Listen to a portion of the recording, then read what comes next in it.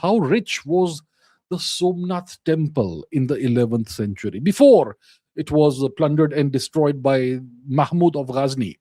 The loot of Somnath gave Mahmud of Ghazni a worldwide fame. He sent incalculable values of looted gold and silver to the Caliph in Baghdad, I suppose. And I'm sure he must have kept huge loots with himself too. So, how rich was the Somnath temple? So, first of all, where is the Somnath temple located? Let's orient ourselves first of all.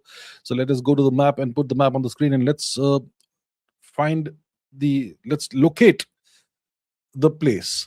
So, we're talking about Western India, we're talking about the southern part of Saurashtra, and here we have Somnath, right? Uh, the town is called Veraval, and there is a temple, the great temple there. It's the reconstructed temple that we have over here. Can we find it on the Google on the map? Okay, here it is. Here it is. So this is the temple. This is the modern reconstruction of the temple, and this is the site where the ancient temples stood. And the temple was destroyed multiple times, first by Mahmud of Ghazni, and then by various other sultans, and eventually by Aurangzeb, the Turkic king the tyrant who ruled India in the 17th and 18th century. So this is the location. It's in Western India, the southern part of Saurashtra. Okay, just for orientation. Now, the question is, how rich was it? Because we have all these these stories, these records from the past that say that Mahmud took so much incalculable amount of wealth.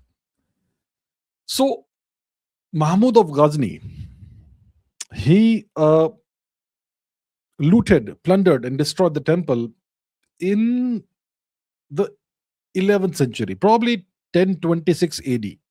At that time, Gujarat was ruled by the Solanki or Chalukya dynasty. The king was Bhimadev Solanki.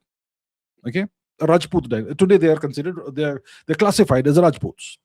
This dynasty now, and there are records of the temple by Persian chroniclers who have described the temple as a temple that possessed a tremendous amount of wealth in gold, silver, pearls, jewels, and this wealth was accumulated over centuries, maybe millennia.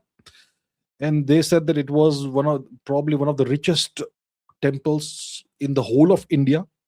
But there is no inventory that they've given in terms of the exact quantity of, let's say, gold in terms of kilos, or gold in terms of there was this older unit that was used, mana.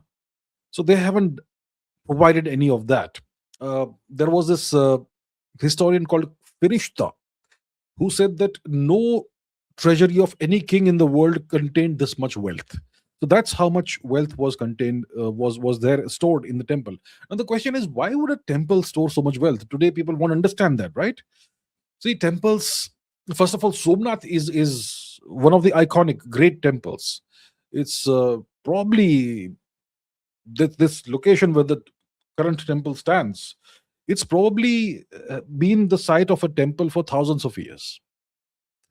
It is recorded that Lord Krishna, when he ruled over Dwarka, this region, he also visited the place. And his resting place, I mean, not resting place, but the place where Lord Krishna died eventually, after being shot by the arrow of a hunter, that temple is also in Veraval, nearby. You can see it on the map. So it's a very ancient temple. And temples were places, obviously holy places. This is a great Jyotirlinga temple of Lord Shiva. And as such, because it was such a great temple, people would, pilgrims would come from all over the, let's say, Indosphere, and they would come and they would donate whatever they could for the upkeep of the temple. And typically they would donate more than what was required. And so over the centuries and millennia, tremendous amounts of wealth, I mean, treasure was accumulated in the temple. Kings would come from various parts of India. There were times when India was under a single emperor. There were times when India was politically divided. But the kings would come on pilgrimages and donate large amounts of wealth. And that's how over time the temple accumulated tremendous wealth. And there are some temples today especially in southern India, where you have large amounts of wealth. One of the temples that has not been plundered, fortunately, is the Shri Padmanabha Swami temple in Kerala, and that is known to uh, have a treasury that commands that contains a tremendous amount of wealth.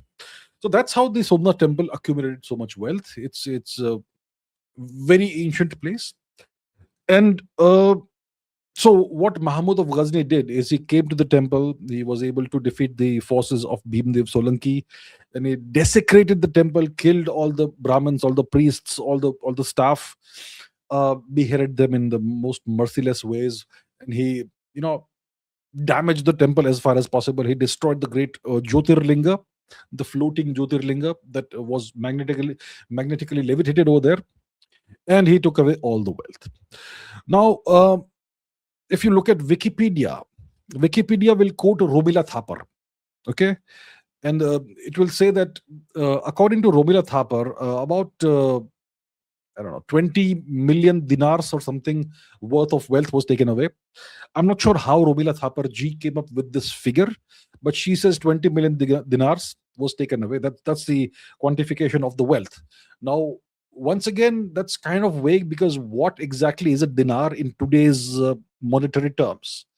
Is a dinar equal to a certain amount of gold, or is it equal to something else? We are not quite sure, but Rumila Thapar says 20 million dinars. The truth, and you have all kinds of popular articles and social media posts, etc. Sometimes secondary literature, not primary literature, but secondary sources that state that maybe Mahmud took away a treasure worth about 100 million dinars. Once again, we don't know what is the actual value of the dinar of that time, right? So we can't really trace the exact quantity, of wealth. Uh, Administrative records from that time, from the 11th century, do not survive. Detailed accounts by Indians of the Somnath temple of that time from the 11th century do not survive. And that's why we can't really put a precise number, whether it is in dinars, whether it is in rupees, whether it is in kilos of gold, dollars, whatever. We can't really put a precise figure on the amount of wealth that this great temple contained. But it is known to have made Mahmud a very wealthy man, and he was able to use that wealth to finance his subsequent military operations. And yeah, it made him one of the wealthiest men in the world. And you had temples like this all across India. I mean, Somnath may have had more wealth than most temples, but you had temples that contained such wealth all across the length and breadth of India, and all of that was plundered. So you can imagine how rich India was before the Turkic invasions began. And after the Turks, it was the British that plundered India, and that's how we have ended up where we are today. And yet we have some temples like the Shri Padmanabha Swami temple that still contain trillions of dollars worth of today's wealth. I mean, if you were to quantify that, it's in the trillions of dollars. So yeah, that is the deal about the Somnath temple. How rich it was, we can't really tell, because we don't have any contemporary records from that time.